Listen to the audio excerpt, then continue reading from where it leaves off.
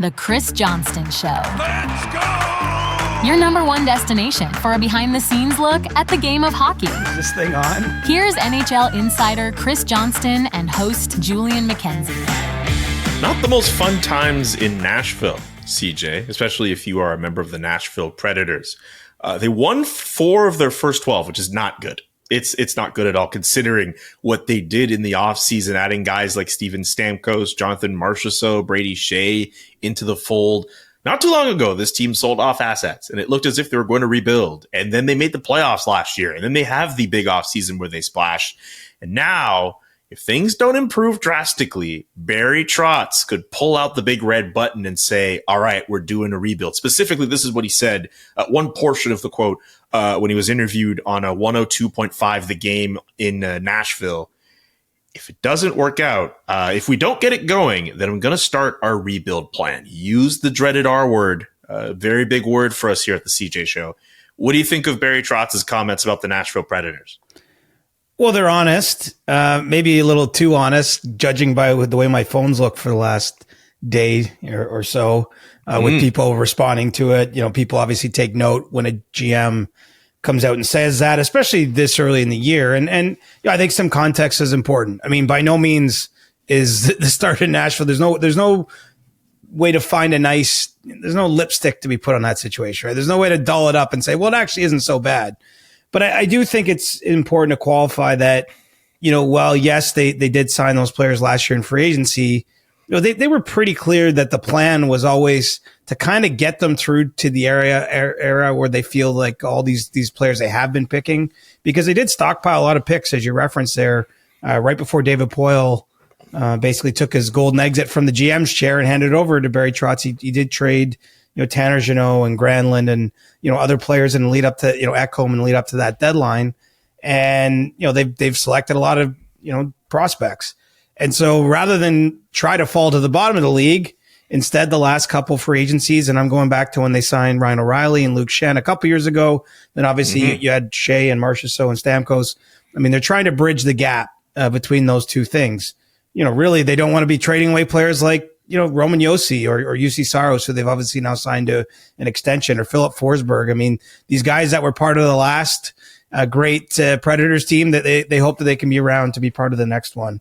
And so I guess where you find yourself with those comments is that they might have to alter plan and maybe get a little worse in the short term. You know, I'm not sure how to interpret that.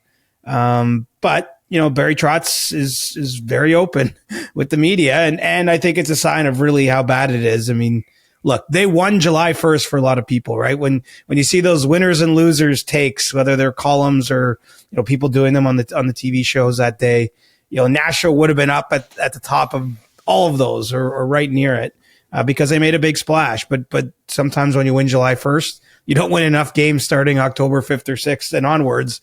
And that's where the Predators are right now. So I'm fascinated to see where it goes next. I can tell you as well, the Preds are in the market to add players too. You know, I think they'd like, you know, they've got an awkward mix right now. I mean, O'Reilly's essentially their number one center. You know, they'd like someone to play with Stamkos, who's kind of on their second line right now at 5-on-5, and don't feel they have the right player to do that. But, you know, I'm looking around at the date on the calendar, and I just know it's tough to make impactful trades. I mean, some of the guys we've seen move now are sort of, you know, teams that are dumping that player to somewhere else in need. You know, you're not dumping a second line center too often. So I don't know if Barry Trotz is going to be able to find that, but it's certainly must-see TV right now around the Preds. Absolutely. You mentioned your phone blowing up as a result of all of this. What are some of the reactions you've heard from around the league? Well, I think it's just people taking note of, you know, how, you know, look at those comments, right? And I think too, you see the headline, right, that gets placed on it. Like, if we don't start winning games, I'm going to start the rebuild. You know, I don't think he means that everyone's getting traded then. I mean, look, they can. I mean, I don't see the Predators with really having too much to trade, I guess, unless, you know, if we get into towards the deadline period and they want to move someone like O'Reilly, you know, that would be a player obviously with immense value. We've already saw a couple years ago he was traded to Toronto from St. Louis at the deadline for a pretty good haul. I mean, maybe that's where this ends up if this season doesn't get back on track between now and March 7th. But, you know, realistically speaking, what's going to change in the short term here? I mean, they have to find some answers internally. I can appreciate that Trotz is working the phones, hoping to at least bring in another player that can give Andrew Brunette someone else to move the chess pieces around with, because it hasn't worked so far. But those kind of comments from a GM at this stage of the season, I mean, probably at any stage of the season, but especially now, I think they get people's attention. And so it's a lot of like, whoa, did you see this? Like, what do you think he's going to do? Type of stuff is kind of in the flavor of the conversation I'm having. But, I'm just saying it. I don't get many stories that get this sort of reaction I've seen on this one here in the last, half day or so. We are discussing the fact that, like, if the Predators are forced to put themselves in a situation to sell assets, that is one scenario. There is the alternate scenario where they reel off a bunch of wins, and it's basically a repeat of last year, where they have the U2 trip taken away from them and it catapults them into a playoff spot. I'm very curious to see how the Predators respond and if it's in any way similar to what they endured last year. Right. And, it's funny. This is dispelling the notion of sometimes the less traditional market maybe is easier to play. There isn't the same pressure. There's not the same attention. I mean, granted, there might not be day to day in Nashville, but those guys are feeling that heat now, right? I mean, they are not stupid either. I'm sure they're aware of the comments from Barry Trotz. I'm sure the other reporters are following up with them. Hey, what did you think about Barry doing this? Their plays being scrutinized on the local television, radio, podcast circuit. So, the pressure's dialed up there. And I think the reality is I don't know what could be done in the short term, even if things don't change. But, to me, this is Barry Trotz sounding an alarm. Like we can't let this slide go on any further. And, he's, as I say, I'll give him credit for being honest. I think it's probably what a fan wants to hear. Quite honestly, if you're a Predators fan and you're watching this team and you're like, wait a minute, we were sold that this was going to be different. And we were building forward on that team last year that made it to the playoffs. We've signed some flashy, splashy guys, and, it's not gone so well so far. So I think that's sort of where we're at with the Predators. I'm curious to see if they can get another center in. I do think, part of the problem isn't just one guy not fitting. I think that when you look at the overall roster construction, it's just a little awkward right now, and they're not getting the most of the collection of players they have. And it might take unlocking something on that second line because they had a lot of success last year with Nyquist, Forsberg playing alongside O'Reilly. That was a good top line for them. I can get why you'd want to keep it together, but you sign Stamkos and Marchessault, and you got to figure out how they all blend into that mix and where you're getting the most out of them too. One more thing on Nashville. If this doesn't work out and it is too difficult to make a move, what about Andrew Brunette's job as head coach? Well, it seems to be secure now. I mean, I guess it must be a really weird situation because his boss, who he goes way, way back with. I mean, Brunette and Barry Trotz have, had a coach-player relationship back in the day. But in this case, his boss, the GM, is a former and very accomplished head coach himself. And so, I think people look around, they say, well, was Barry Trotz going to come out of the press box and coach the team? I don't get the sense that anything like that's close. I don't think it's on his mind. I think quite honestly, Barry's putting the onus here on the players. So, Brunette's only one year and whatever, less than 20 games into the second season with the Predators. So I don't, he would be feeling heat as any coach would in that circumstance, but I don't think that he's coaching with the axe, sort of waving above his head. But, again, can't be comfortable for anyone right now. And, really Nashville's goal is not to, in a weird way, if this is a disastrous season, it might help the rebuild if they finish near the bottom of the standings. I mean, they do have multiple first round picks. Presumably that would mean they're not trading those picks for players at the deadline. I mean, it might turn into a rebuild in an unintentional way if they don't improve things. But, obviously they're still trying to make the playoffs, and it still is there for them, but they need a pretty abrupt turnaround here. Okay. We, of course, will be following the Nashville Predators as the situation unfolds. Let's go to the St. Louis Blues, a really scary situation that transpired on Tuesday night with Dylan Holloway taking a puck to the neck, getting stretchered off after taking a shot from Tampa Bay Lightning forward Nick Paul.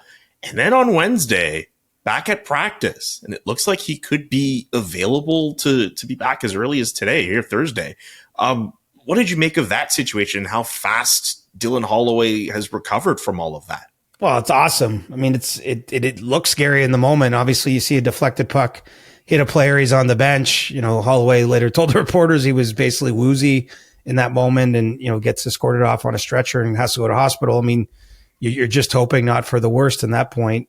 I would not have thought it likely, maybe, that he would be at the practice rink the next day, but I wouldn't think he's, doing a scrum with reporters, pulling down his shirt and showing them, the mark on the side of his neck where the puck left an abrasion there, and then that he wants to play. I mean, we certainly know hockey players are known for their sort of toughness, their ability to push through injury and things that come along. But, I mean, that's the absolute best case scenario. And I think, the good news is pretty soon after, in this case, Holloway was on his way to the hospital, it became known that he was in a good spot. I mean, you obviously want to exercise absolute precaution, and credit to their training staff for being quick to act in this case and making sure he got the best care possible. But, I'm just happy, like I'm sure anyone who saw that ends up with, where he's sort of laughing about it, quite frankly, with the reporters a day later, because in the moment, your mind goes to whether it was Trent McCleary back in the day or, some other, scary situations. You're just initially just hoping the guy's going to be all right for his life, let alone playing, and he might not even miss a game.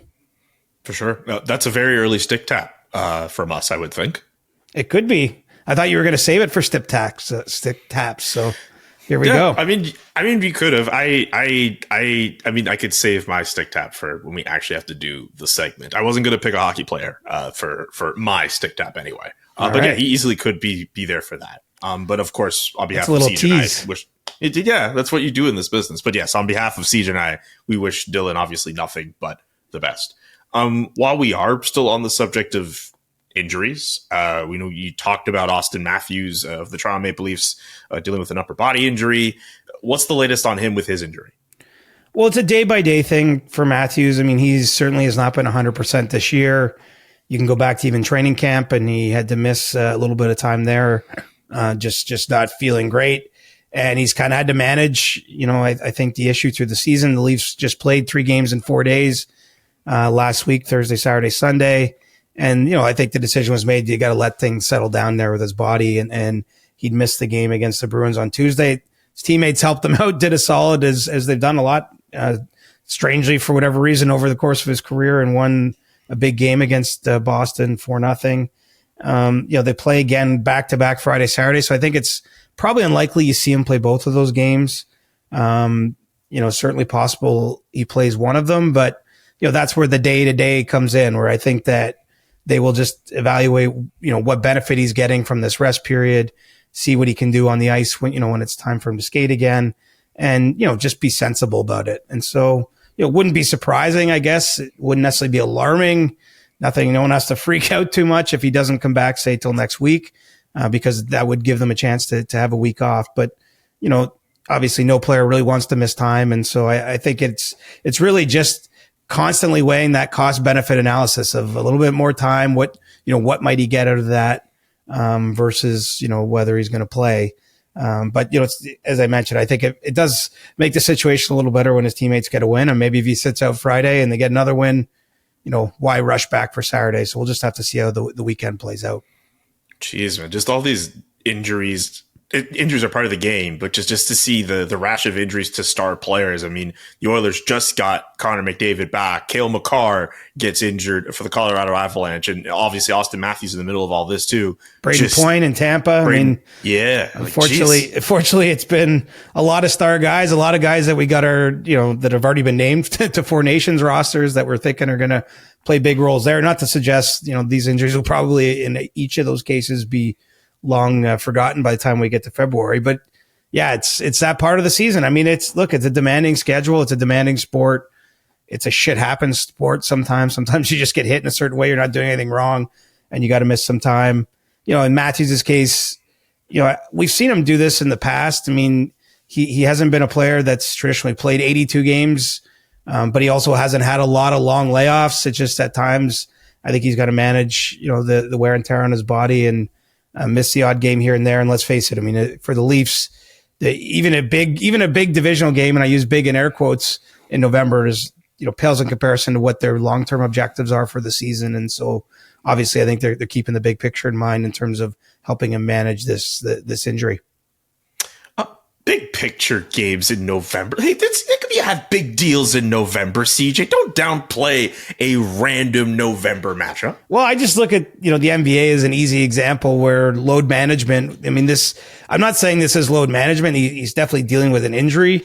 So it's not just about resting him per se, but I mean, other sports, this is commonplace, right? It's certainly not part of we see it with goaltenders nowadays. It's so rare to see any goalie play 2 days in a row where that's a scheduled start. But, I sort of see it as like an extension of load management where he's been dealing with an injury and it's just decided at a certain point, like, does this make sense? I mean, he played Saturday and Sunday. I believe he saw 22 minutes in the Sunday game that they played in Minnesota.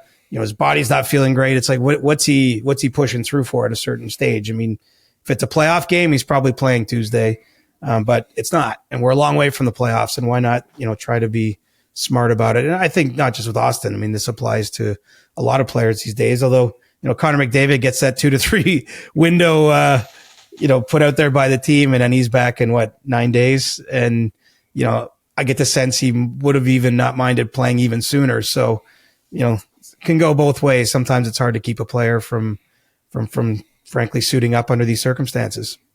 For sure. And for the record, I was kidding about that. I know. What I said.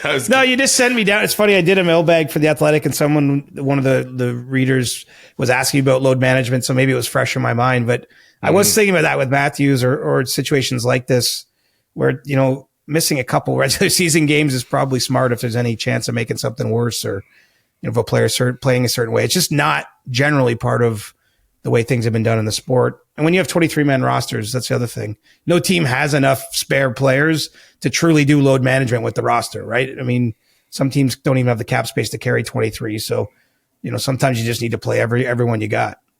For sure. This episode of the Chris Johnston Show is brought to you by Mint Mobile. When you discover a new binge-worthy show or song that you bump on repeat and you have to share it with all of your friends so they can experience just how awesome it is? That's kind of what it feels like when you discover that Mint Mobile offers premium wireless for $15 a month when you purchase a 3-month plan. It's such an awesome deal. There's no way you can keep it to yourself. I mean, literally, CJ is part of this ad. $15 a month? 15? Yeah, I'm telling you. Seriously. Well, friends don't let friends overpay for mobile, Julian. So say goodbye to your wireless plan and sign up for Mint Mobile. Mint Mobile is here to rescue you and your squad with premium wireless plans starting at $15 a month. And to get this new customer offer, I'm telling you, and to get this new customer offer and your new 3-month premium wireless plan for $15 a month, go to mintmobile.com/Johnston. That's CJ's last name. Mintmobile.com/Johnston to cut your wireless bill to $15 a month at mintmobile.com/Johnston. 15. $45 up front, payment required, equivalent to $15 a month. New customers on first 3-month plan only. Speed slower above 40 gigabytes on unlimited plan. Additional taxes, fees, and restrictions apply. See Mint Mobile for details. Speaking of things that don't normally happen in this league, a topic that we've discussed on this show a few times, payment deferrals on new contracts. Two players in particular, Jake McCabe, Seth Jarvis, we've discussed with payment deferrals in their contracts on this show. You ended up writing an article. Are payment deferrals the new big thing in NHL contracts? What execs, agents say? You can read that obviously at The Athletic. What were you hearing from people around the league on deferring payments? I'd say broad strokes, there's a lot of skepticism about whether this is going to become some sort of new trend, some new craze, everybody's doing it kind of thing. But that being said, you can't ignore the fact we've now seen 3 such contracts signed since July. And it had only been done once that I'm aware of in the 15 years before that. I mean, it's been part of the NHL CBA. It's been permitted for a long time. But we have now seen 3 deals struck that see deferred compensation in them. So at the same time, like it was a weird one. I spoke to a lot more, people than are quoted in that story, both general managers and on the agent side of these negotiations and a little bit at the league end. And it's a strange topic in that we keep seeing them, but then everyone's telling you like, yeah, but it's not going to be a thing. I mean, even Scott Bartlett is one of the agents that represents Jake McCabe. You know, I talked to him either a day or two after that Leafs extension got done. And he was quick to note, like, it's a niche product, essentially. Like he was saying, like, our young stars, we're never going to, you know, want to have them do this. We won't do it with, you know, players in certain circumstances. You really need it to make sense. And so, you know, it's a tough issue to wrap your head around. I know we've sort of chopped it up in terms of how it works. You know, certainly one takeaway I had from those conversations is that as long as we're in a higher interest rate environment like we have today, compared to say where we were 3 or 4 years ago, where interest rates were lower, it's more likely to happen. You know, basically when it's low interest rates, why would a player do that? Because you're not only are you waiting to get the money, you're not even getting it with much interest applied, where at least, you know, in Jake McCabe's case here, you know, he has one payment deferred from the second year of his extension. So it's essentially deferred, quick math, 5 years. You know, he's at least locking it at a rate of 5.4% of interest on that deferred payment. So, I mean, he's getting some interest on it. He's obviously got some potential tax benefits and those type of things. So all of this is a long way to say we're definitely going to see more of them. I will say in the course of my conversations, I caught wind of a few GMs and stuff who said that they've like kicking it around with certain players and their agents. So like I'm pretty confident in saying there's going to be more of them.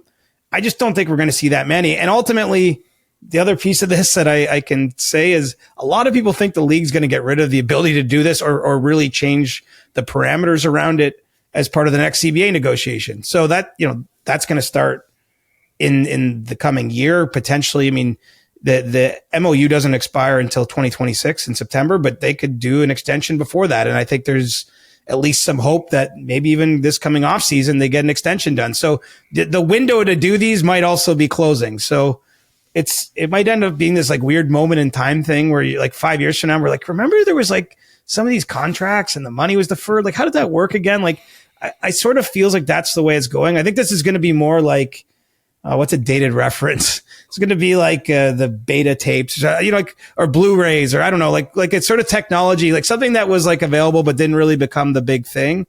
That seems to be where it's going, but you know, who knows? Maybe everyone's bluffing. I got a surprising amount of skepticism given that clearly there is at least a small trend going on right now.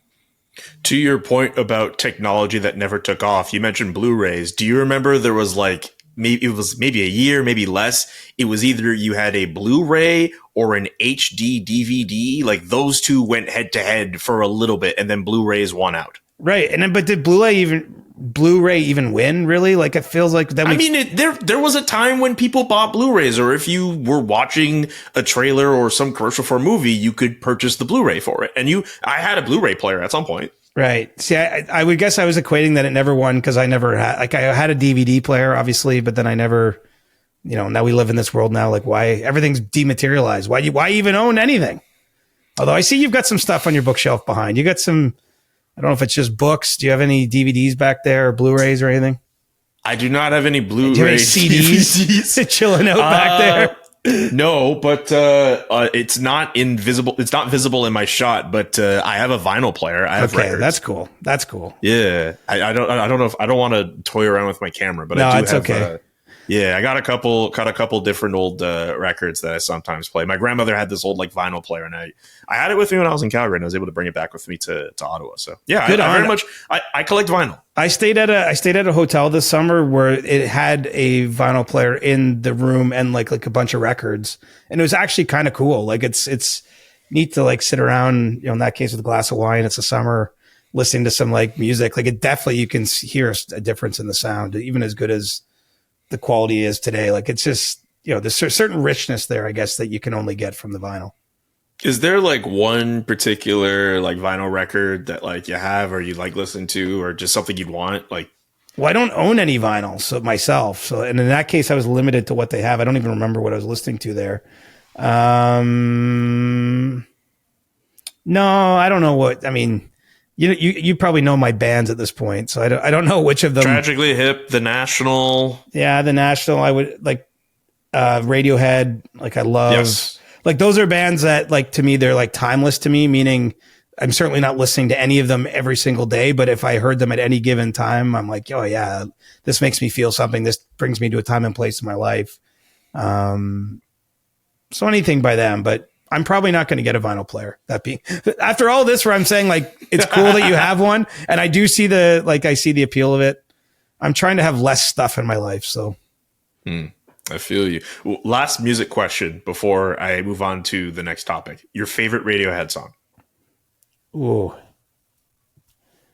man, I actually liked some of the stuff on Kid A, which I feel like obviously was a pretty big departure, and I don't know what hardcore Radiohead fans would say. I mean, like Karma Police is a great song. Love Karma Police. Really the whole OK Computer album. I loved Idiotech in the day. I'm not saying it's my favorite of the Radiohead songs. What is the one with the? Anyway. Yeah, I'll say Karma Police. No. You think about the one you're there's thinking one of. that I just can't remember what you call it. Like it's off beat.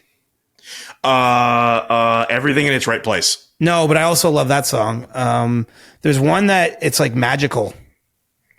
God, I don't. Someone's gonna tweet at us or send us a message in the Discord what it is. Because you can watch a whole 30-minute video on it.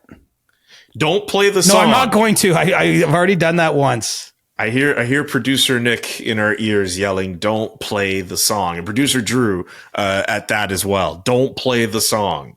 We're all going to figure out this mysterious Radiohead song together, which I'm sure 90% of you who are into Radiohead have figured out already. I just don't remember it.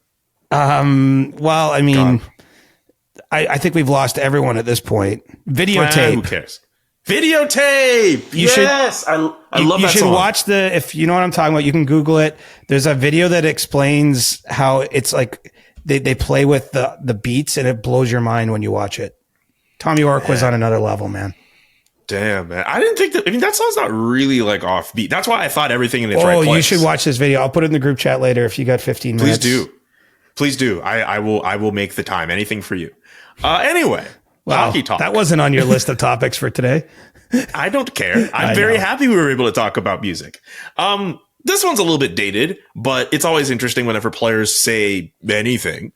The Winnipeg Jets, Connor Hellebuck, a couple games ago, was in the middle of a goalie interference controversy against the Tampa Bay Lightning. We didn't really get to this, but I was curious what you had thought about a goal that was allowed.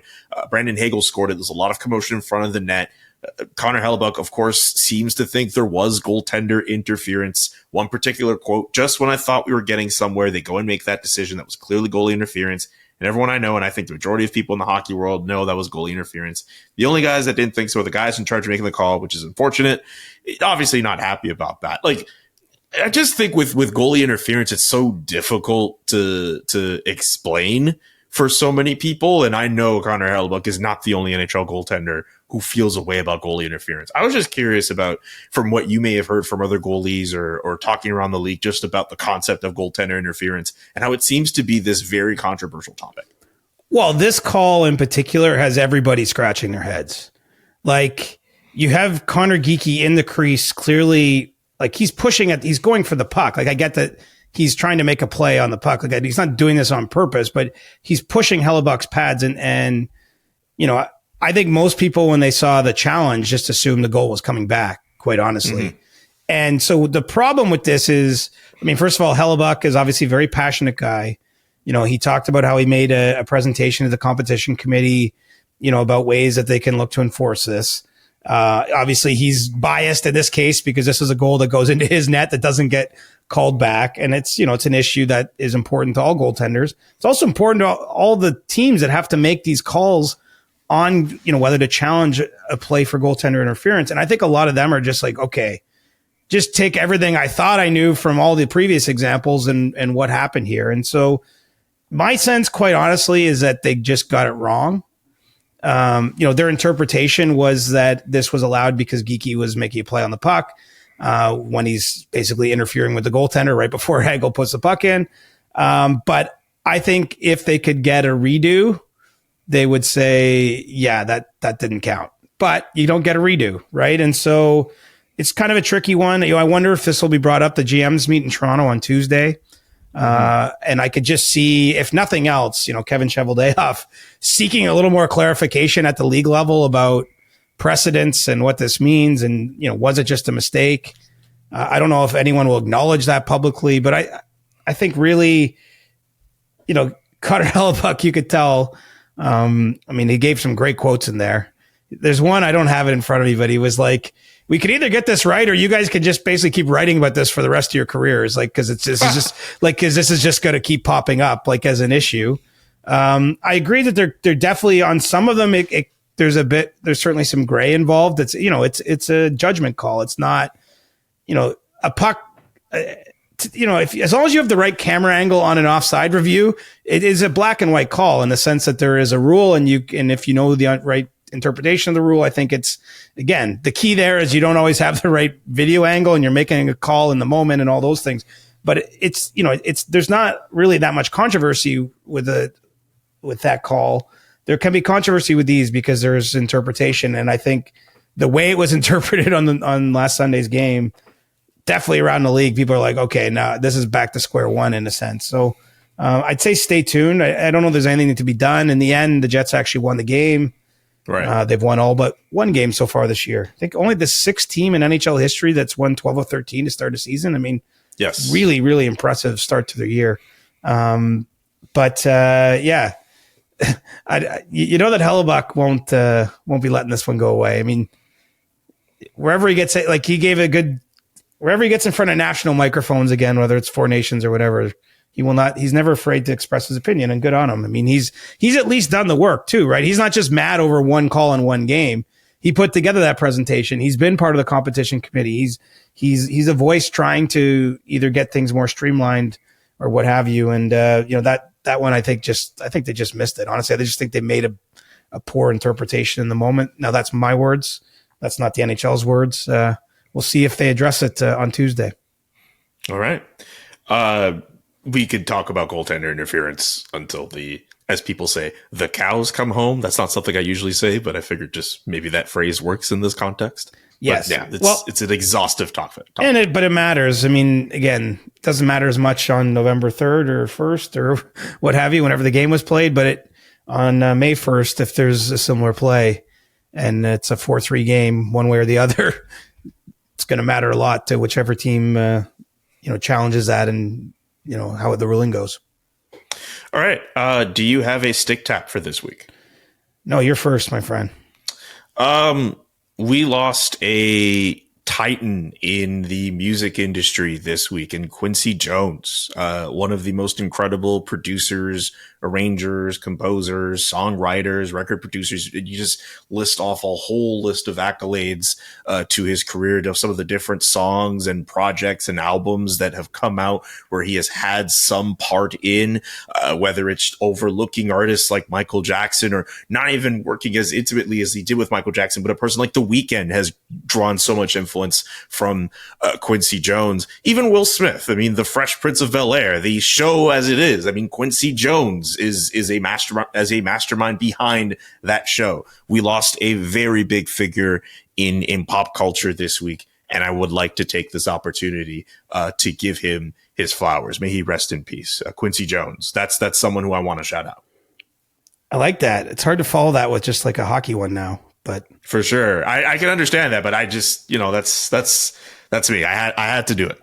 Got you. Well, I'm going to take Jack Thompson. I don't know if you saw this, but San Jose Sharks defenseman scored his first NHL goal this week. And the reason I'm spotlighting this one is not particularly because the goal was so special or there's a great backstory there, but I was just thinking, man, tough year for a team like the Sharks. There's been a tough couple seasons, but this is the reminder. This is where some of the payoff gets there. And obviously you've also got, for Jack Thompson, a moment he and his family will never forget. So that one was just fresh in mind. Like, even sometimes the toughest of circumstances for a team or where an organization is at, there can be these moments, right, where it's like the sky opens up a little bit and the sun comes through and you see the joy on the ice. And the Sharks ended up actually winning the game on the night he scored his first. So kudos to him.